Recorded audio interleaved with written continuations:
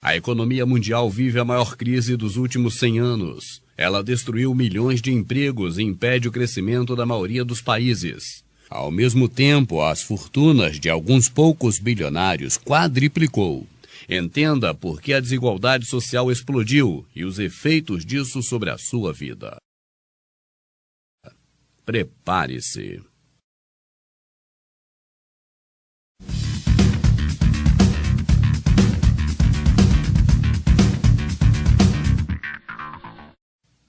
Todo ano, um grupo de 130 pessoas se reúne em algum local secreto do planeta. Eles discutem assuntos como economia global, mudanças climáticas, guerras, fazem previsões, debatem, traçam estratégias. Embora tenha status de uma Assembleia da ONU, trata-se de uma reunião de pessoas poderosas comandando este planeta. A organização tem nome, Clube Bilderberg. Foi criada em 54 para reunir as pessoas mais poderosas do planeta. Seu encontro anual não é aberto a ninguém da imprensa. Reúne multibilionários e chefes de estados, além de forças de exércitos de alguns países. Trata-se de uma rede global mais poderosa do que qualquer país e determinada em controlar a humanidade. Desde a antiguidade, nunca antes, um grupo de ultra-ricos tiveram tanto poder. A economia mundial está patinando e não consegue se recuperar da crise. Ela começou em 2008 com a quebra de alguns bancos nos Estados Unidos e que deixou um rombo estimado em 2,7 trilhões de dólares e se espalhou pelo planeta, gerando grandes ondas de desemprego e recessão, da qual as principais economias do mundo ainda não se recuperaram. Mas mesmo assim, em plena tempestade, a fortuna de alguns bilionários triplicou. Trata-se de um pequeno grupo com 13 famílias mais ricas do mundo. Reunidos, detêm 96% de toda a economia global. Mas como chegamos a este ponto? Afinal, se o mundo está em crise, todos perdem, certo? Mais ou menos. Na verdade, as crises têm o poder de concentrar renda, deixar os ricos mais ricos. E é fácil entender o porquê. Quando as coisas apertam, pessoas e empresas são obrigadas a se desfazer de seu patrimônio. Vendem imóveis pela metade do preço, liquidam ações por menos do que valem e, claro, saem perdendo. Quem ganha são poucos, que têm dinheiro para comprar tudo isso. Para cada novo milionário, há muito mais gente que perde dinheiro e, em geral, quem mais sofre são os pobres. Para que você tenha uma ideia, a fortuna do ultra-rico Bill Gates equivale ao que possuem 17 milhões de pessoas na Índia. O contraste entre rico e pobre não surge do nada. Ele vem de uma força elementar, a diferença entre o capital e o trabalho. O capital, dinheiro, imóveis, fábricas, ações, bens, pode ser investido e gerar muito mais capital. Já o trabalho não tem esse poder de multiplicação. No início dos anos 70, os presidentes das 350 maiores companhias do mundo ganhavam, em média, 30 a 40 vezes mais que o funcionário de base. Hoje, a diferença de salário entre o presidente e o peão passa de 300 vezes. O Brasil é o 13º país mais desigual do mundo. Ele só perde para nações muito pobres como Botsuana, Namíbia e Haiti. E quanto maior a desigualdade, maior são as taxas de homicídios, uso de drogas, mortalidade infantil, doenças psiquiátricas e até obesidade. Os donos do mundo aproveitam a crise e exploram as diferenças entre capital e trabalho para aumentar as suas fortunas, mas também podem recorrer a outros meios, como a política. A história está recheada de casos de multibilionários que usaram suas fortunas para moldar o destino da humanidade.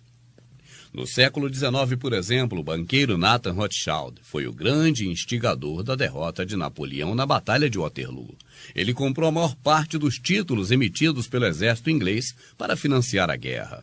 Cheio de dinheiro e, portanto, também de armas, o exército foi ao fronte e venceu.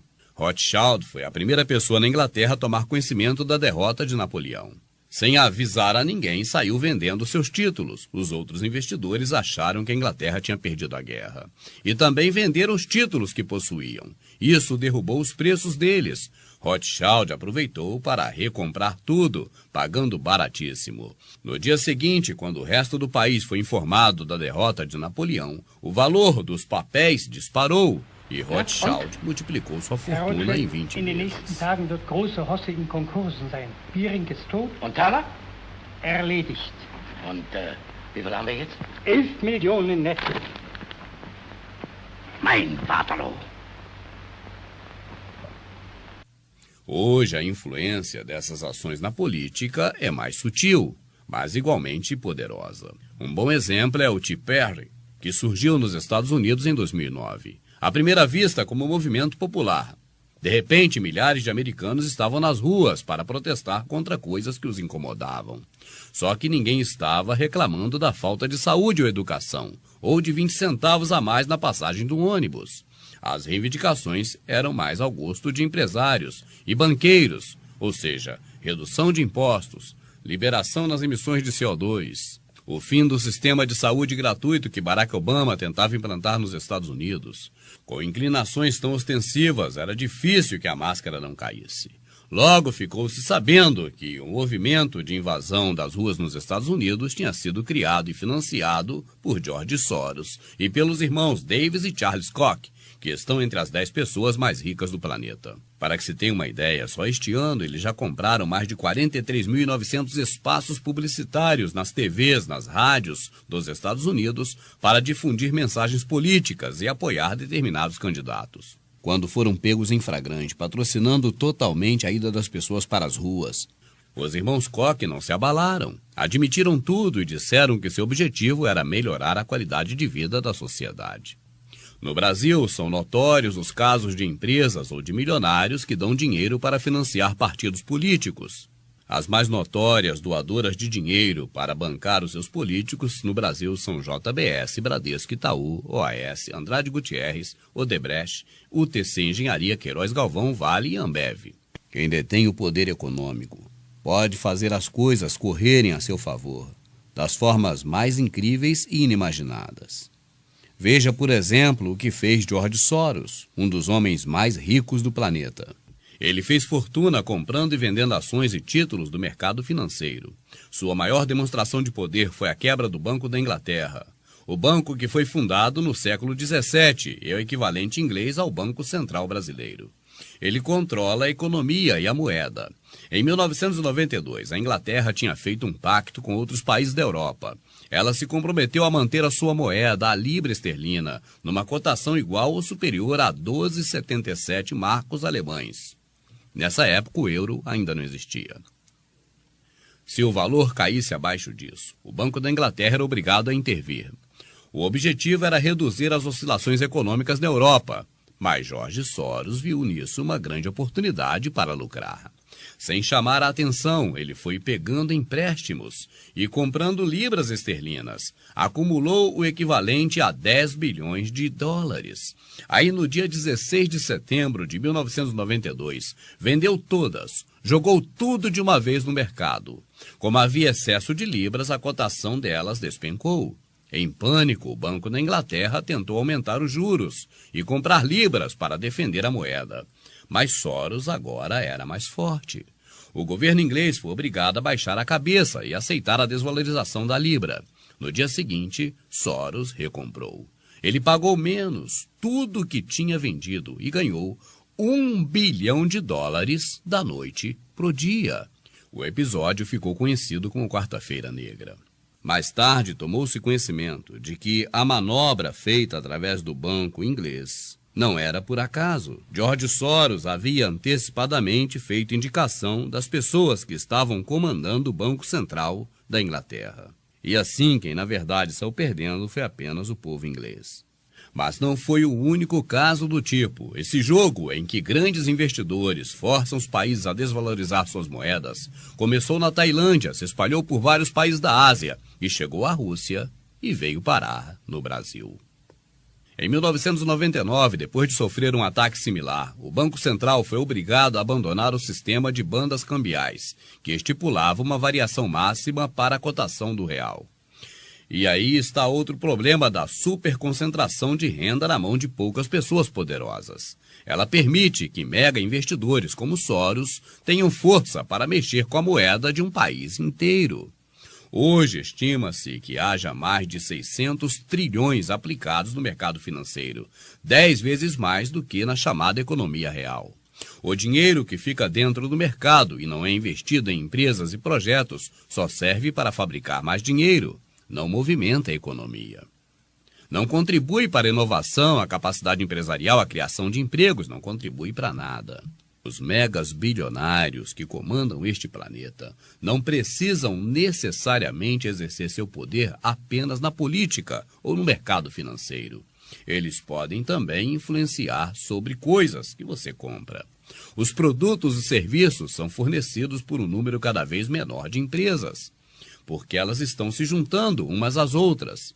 Entre 2002 e 2005, o Brasil teve uma média de 384 fusões e aquisições por ano, segundo estudos de uma consultoria chamada PricewaterhouseCoopers. De 2006 a 2009, esta média subiu para 646. De 2010 a 2013, chegou a 783. A concentração empresarial está acontecendo no mundo inteiro, em todos os setores da economia. Por exemplo, no final dos anos 50, a França tinha 20 montadoras de automóveis. Hoje, apenas 2, Renault e Peugeot Citroën, que foram absorvendo as demais. Na Itália, eram 19, hoje só tem uma, a Fiat. Pesquisadores do Instituto Federal de Tecnologia na Suíça, em Zurique, estudaram as 43 mil maiores empresas do mundo e mapearam todas as relações entre elas. Descobriram que um grupo muito pequeno manda numa parte enorme da economia global. 1% das empresas controla 40% de toda a rede. Agora, por exemplo, imagine, se existisse apenas uma marca de creme dental. Ela poderia cobrar bem caro e você seria obrigado a pagar, porque precisa escovar os dentes. O mercado brasileiro da cerveja, por exemplo, é dominado pela Ambev. Ela surgiu da fusão entre Brahma e Antártica, as duas maiores cervejarias do país. E os impostos? Quando pensamos neles, costumamos pensar no governo. O dinheiro que o governo arrecada e os serviços públicos, como saúde, educação, que o governo fornece em troca. O que pouca gente sabe é que no Brasil, os ricos pagam proporcionalmente muito menos impostos do que o resto da sociedade. Soa incrível, mas é verdade. Um estudo do Instituto de Pesquisa Econômica Aplicada mostra o que acontece. Uma pessoa que ganha 2 salários mínimos por mês gasta 53,9% da sua renda com impostos que estão embutidos nos produtos que ele compra. Ele tem que trabalhar 197 dias por ano só para pagar impostos. Já alguém que recebe 30 salários mínimos paga apenas 29% e trabalha apenas 106 dias, quase a metade do tempo. Isso acontece porque, ao contrário do que ocorre em países desenvolvidos, os impostos brasileiros estão mais concentrados nos produtos que as pessoas compram e não no dinheiro que elas ganham. E essa característica é uma máquina de produzir desigualdade social, porque os impostos tomam mais dinheiro daqueles que têm menos. Isso onera os mais pobres, tornando-os mais pobres ainda. É o que os economistas chamam de efeito Mateus, uma referência à passagem das Escrituras, porque aquele que tem lhe será dado, e terá em abundância, mas o que não tem, até aquilo que tem, lhe será tirado. E inverter esta lógica é impossível. Afinal, os mais ricos têm grana para eleger os seus políticos e fazerem a sua vontade.